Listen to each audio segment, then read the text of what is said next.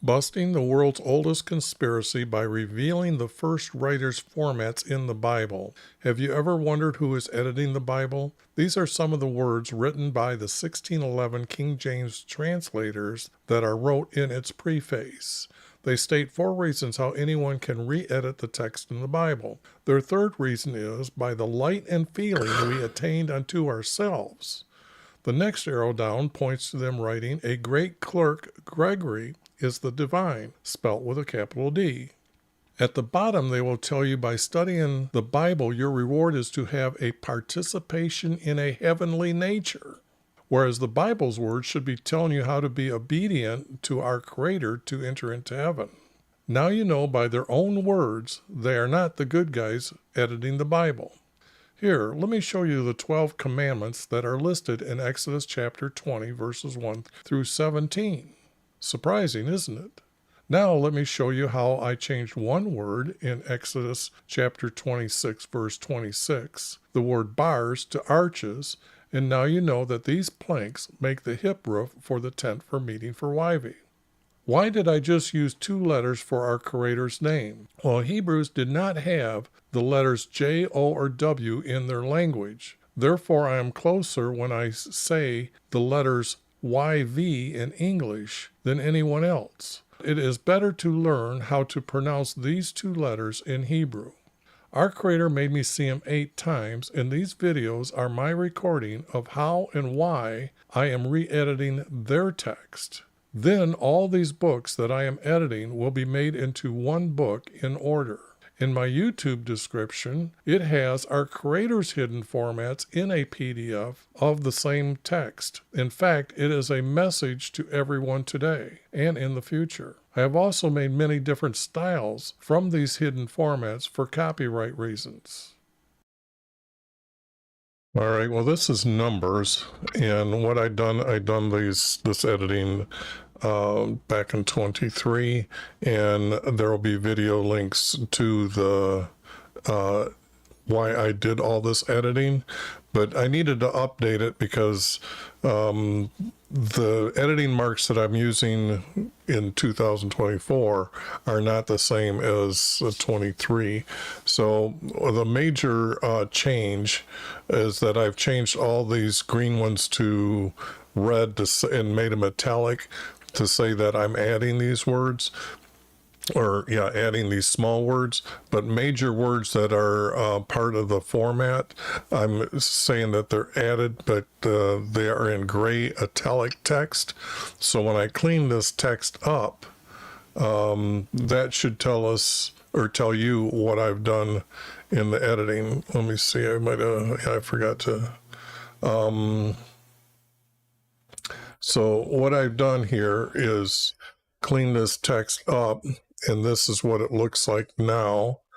And oops, I've edited it, so I've put these marks here to symbolize this is a group, and you'll see a group down here, how it stops, and then the next chapter, what happens. These are quick reference numbers for those that are going to take a look at what I've done in history. So where the text come from. But for those who are new, the format goes like this. In a 4-verse format, I use 2 major words, and a lot of times the word then is not used as a major word, just as let you know. And then I make a verse. So you can see 2 more here, but it's connected with the smallest words I can, as you can see here in this verse here. Now, the verses happen to make a sentence when you put them together. And then what'll happen is that between these 2, this becomes a small paragraph. When I have like text, it becomes another paragraph, and then these 2 paragraphs could be said to be one large. So that's why I'll use a small space, but then the pattern will repeat. So I put 2 spaces between here, and then it happens again. And this is the way they wrote. Now this is a 4-verse format that I showed you here. Well, the text actually became a 3-verse, but you notice that I stopped in verse 3, but I then found text way down at 49. But the story is actually in order correctly. So the 3-verse, this, I'm using 2 major words here, and this is the gray text that now you know that I've added that word to make the format. This becomes a statement. And then these 2 are a sentence that define the statement. And again, they connect together to make a small paragraph, and then another becomes a larger paragraph. And then I put 2 spaces again between them. Now, what I have started doing is putting up the chapters that are going to replace these numbers. And what I'm doing is I've got like 20 books already put together, or not 20, I'd say probably more, 16. And what I'm doing is I'm putting them all together as one book. And then we'll have an order from the beginning to the end of the text.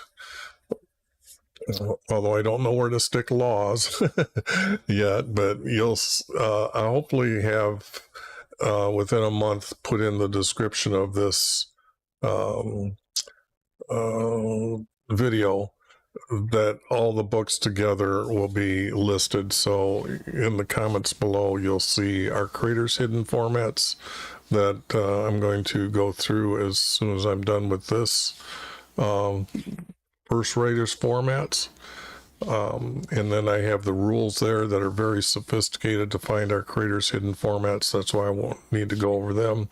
But what you're seeing here in numbers is the text that I'm going to stick in together with all the other books. Let me see if I have that real handy just to show you how many books I have together. Let's see if I go here, and then I go here.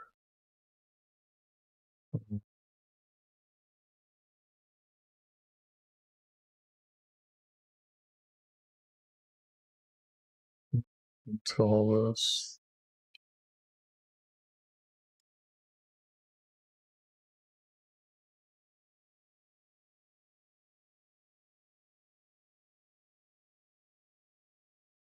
Did that.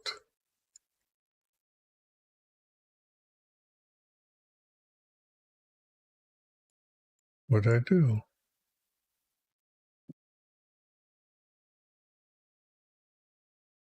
Did I delete them?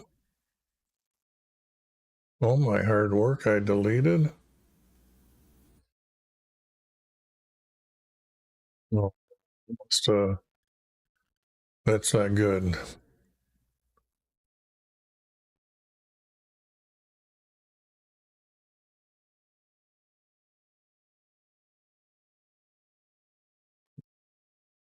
I'd make up backups to backups to backups, but that was ridiculous. That's scary when that happens.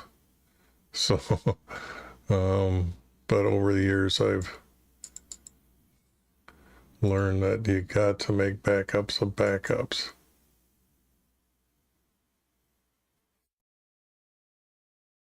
It says it's here, so what am I missing? Okay, I found it. These are all the books that I have already meshed together, okay? So I'm kind of catching up, but the object here is, as you can see, that I've got quite a few books, Chronicles 1 and 2, Joshua, which I'm going to make a video on pretty quick, and then I've got Exodus lined up as well. No, I just did Exodus, but I'm going to do Joshua after I do this text here. So other than that, I just wanted you to see the books that I've got done. to encourage you to go and take a look at, and then you're going to see them all as one very, very long. Let's see, I got 161 pages, and my pages are 20 inches long, but it's in this beautiful format that hasn't been revealed in, 2,400 years at least. So, let's see, I'm pretty much done with this text. So I can close this one. And then this is what I need to go over because I've done some new editing, but I don't think I did much. Okay, it says I see next text, so I must this type of is out for the simple fact that it was here that it talks about more years, these 25 years and upwards. Let's see if that's right. Yeah, see, these were from 30 years old and up. And then at 50, they were to retire. So these are talking about the Levite priest. But there's more accurate text, so I got rid of this text. I needed to add all these words here and get rid of the word can, because when I'm trying to make the text read smoothly, as in order as possible. And then there's all kinds of laws that are going to be given. So these fuchsia colored words were words that were added in 1977 NSAB. And because some of you are new here, I should have lined that up too. The New American Standard Bible made a concordance, and what they did was in their concordance they just changed the way Strong's was spelling the words, and then what they did was give us a list, this number after the word of how many times they used this word. So when I click on my Bible program that does the word which, it shows here this is the Hebrew or Greek word, and then down here it tells us it was used 1,924 times. A lot of these other words you could say are legitly added, but the thing here is, how do you get to these other words here that house it in one steward storehouses, especially from the word which or powder? So I just pointed out a few of them. Now, here's an example. Here's the word so. It does have its own Hebrew word, and yet here they changed it. They used the word so 7 times. So that's the corruption in the text, and that's why this program, I believe, no longer exists once they found out what I was doing and showing people. And I still own that program. I have to use virtual reality or virtual machine to be able to use that text, or at least to be able to show it to you. They did not have a month count. That is paganism, and that's a moon month. And even today, our months and days are named after gods when you look them up. So, you know, the Catholic Church, who was supposed to be in setting everything and had all ruling over science and religion, they did not correct those words. They influenced the words to be pagan gods. So that's added to the list, to the opening up of why you can't really trust the Catholic Church, and why they are atheists. They don't mind using pagan gods. Let's see if I can get this down here. As you can see here, these are some of the stories that are going to be blended together. When I realized the text and the story, I needed to correct some of this. I needed to add this word north of Amlex and then search out for the hills. I will be putting maps into the text, so everybody knows what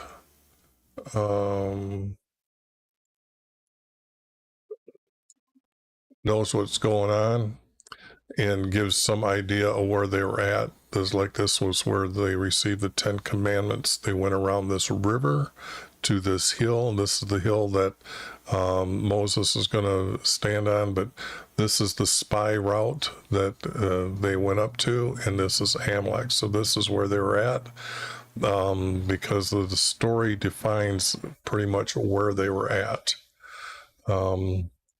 And that's what happens when you reveal the hidden formats.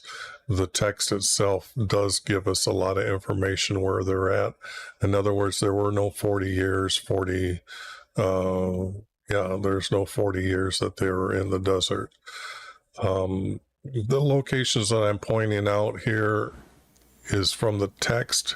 So once people start realizing that these words should be checked out, they should be starting to find better evidence of where they were at, or wherever the story leads us, where they were at, we should find some evidence.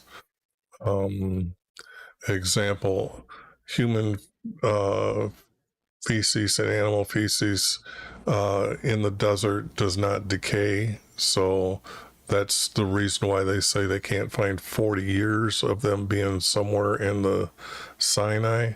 But now that they have evidence that there's maybe a year of people there, they should find less, but they should find evidence in this area that I just pointed out on that where Moses got the 12 commandments, not 10, 12 commandments. And then again, the story broke from 4 to 3, yet it reads in order, so I'm leaving the text in order that way.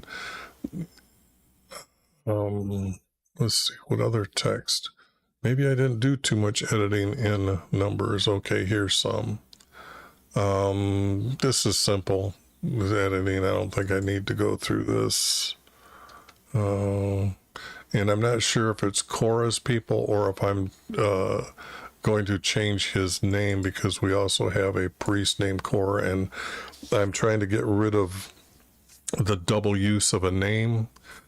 So when you do searches, it gives you all the text relating to that person's name. I had to add this group here because this is to meet the two small paragraphs together to make a larger paragraph. So when I'm reading the story, I realize these are the words that could be put here. So these are my best guess. And I do really good at this. I've been doing this for 30 years, so I know the stories really well. So my guessing is it should be trusted.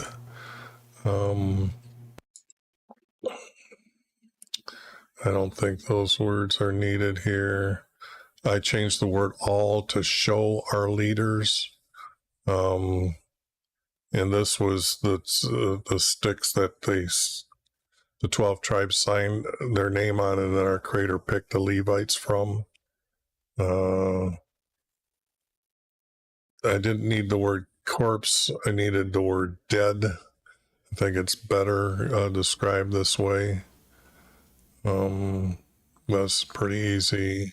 Then you see Aaron died. So you're going to get a really good order of the text just by reading the titles, that when I put them together, you can just read the titles, and you're going to you should probably memorize that, because if you're going to really want to know about our Creator and about Jesus, all this text should be instantly known, or because you should be able to help people once you understand the story.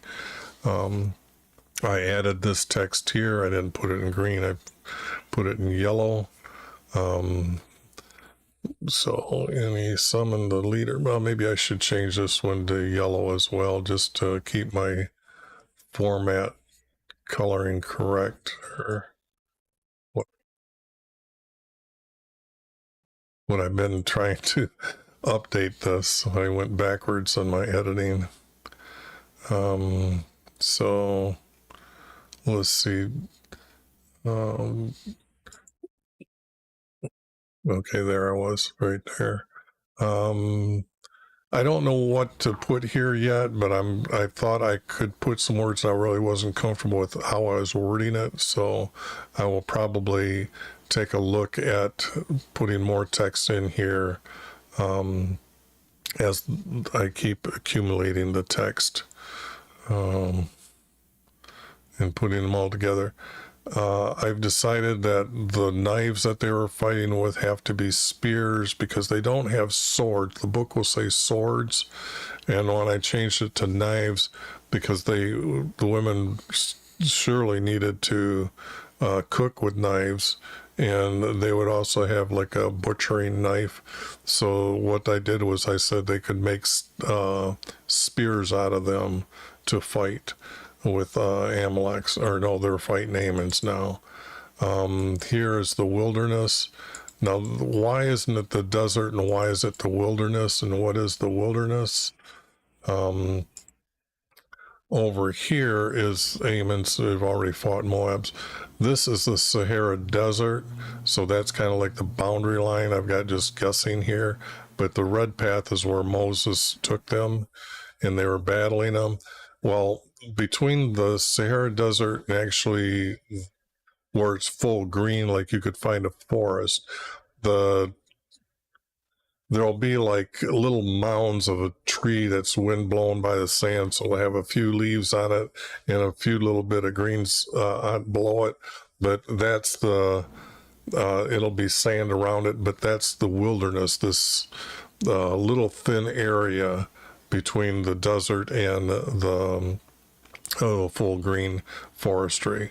So this is where this text is taking place. As you can see, I've got the maps already.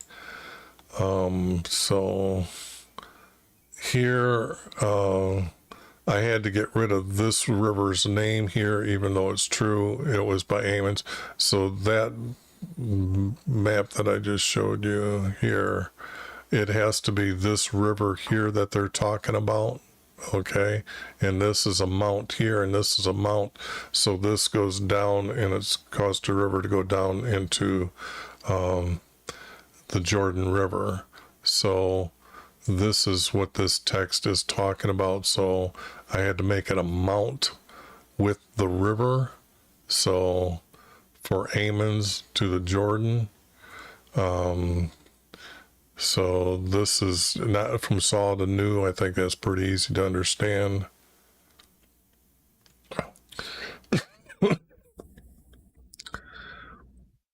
And I didn't have, this is the king for Ammon.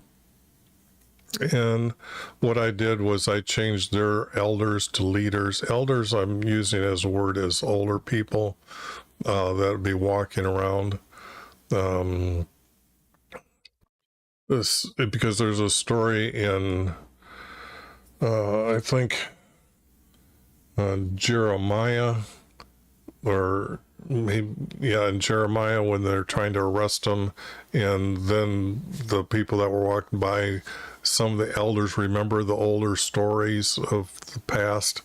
So that's why I use elders there, because they had to remember, what happened over 40 years ago. So I curse my nation because at a certain time our Creator is calling them his people when he's leading them out of Egypt, but at a certain time he's made them a nation, and he's made them a nation once the text will say that he made Joseph, or Joseph's sons Manasseh and Ephraim, two tribes to be among the nation. So now all of a sudden the text has to reflect that it's just not his people, it's his nation that's coming into their promised land.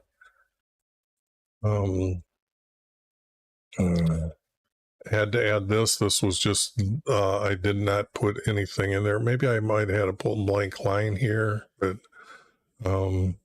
then this, I started to realize how much time it was taking me to do these, so I've tried to shorten it up and said I'll get to these in the future, but I need this is a part of the format, so we know that there's a group missing, so there's going to be a lot of these that I have not completely edited, but I know that they're missing, so I'm putting them in there when I can remember. I think I missed one I noticed the other day, but now Joshua is judge. Moses is being taken away, so and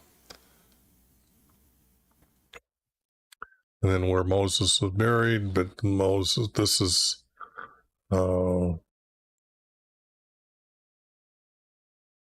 yeah, the story isn't in a correct order yet.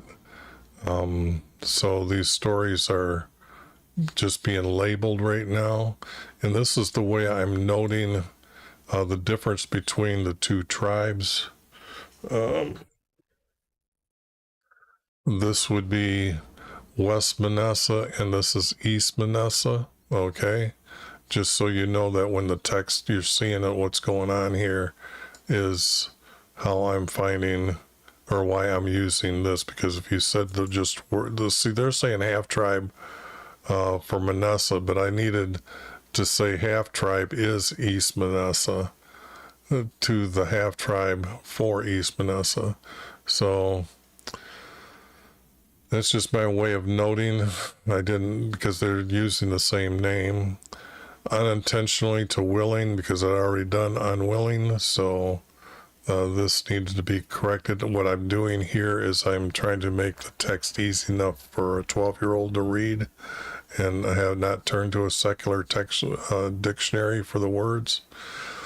Okay, then I added these words here. Both are to offer.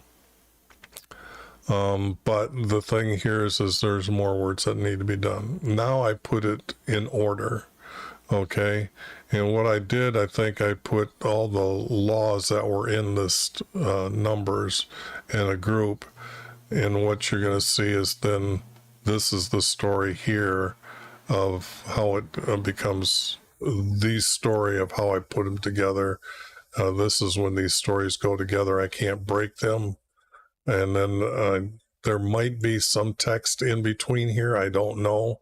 So I'm leaving it because the stories, there's a lot of things that happen in the Sinai, and I know there's only certain stories from certain books. So I'm leaving space as a notes for me to say possibly break here, don't pay, because when I'm doing this, I don't want to reread all the text. So that's my short note there. But you can see the text, it will be, this is the text that I'll put to put all the books together. And that book isn't going to be exactly in order, because I started realizing when I do all the laws, I've got laws from like 3 books, that I just piled them together as this was from Numbers, this was from Exodus, this was from Levi's or Leviticus. But the object is there's a lot of laws, and it's hard to define which ones were given by Moses and which ones were given to them by Joshua. So, and then others just established the laws. So other than that, I'm going to call this video done, and this is going to be meshed together. Like I said, the text is getting very close to the end, to where I might be on a break for a few, probably more than a week when I get to the text. So, but other than that, it's coming together. This will be the book that everybody will be using, or one of them. I really haven't decided if I'm going to use the Hebrew side as the text for Jesus, or as to go with Jesus's teaching as one book, because our Creator's hidden formats, even though they're there, there's a lot more information here, and I'm starting to trust these as well. So I'm not sure if I'm going to use this and then our Creator's hidden formats for Jesus's teaching, because even when I try just to clean up every verse of Jesus's teaching, there's still things that I'm not fully confident that that's exactly how things happened. So they've distorted the text so bad that I trust our Creator's hidden formats on Jesus's text more than I do me just finding or telling you the truth of what can be figured out from just the verses being said by someone who has studied the text for over 30 years. And when I say I studied the text, I can say I averaged 3 hours a day for the last 29 years, 3 hours every day. I can say I've averaged that, because I might have took a what was it, about a year and a half, I think, off the top of my head, something, I don't know. But when I do 15 hours a day for like 5 years, I know that that's, if I divide that up, I can literally say 3 hours a day, because that's how much I've actually studied the text. So with that, I'm going to call this video done. Hope you subscribe, tell others that prophecy is happening in their days. I've given you more than enough information that every Christian should be lining up to see what's going on here. Make a comment in the section below. Just make sure you use @my name or my AD name when you do that, because other than that, you make a comment without putting that in, YouTube does not give me the information that you've made a comment. Okay, I'm done for the day, or for right now, and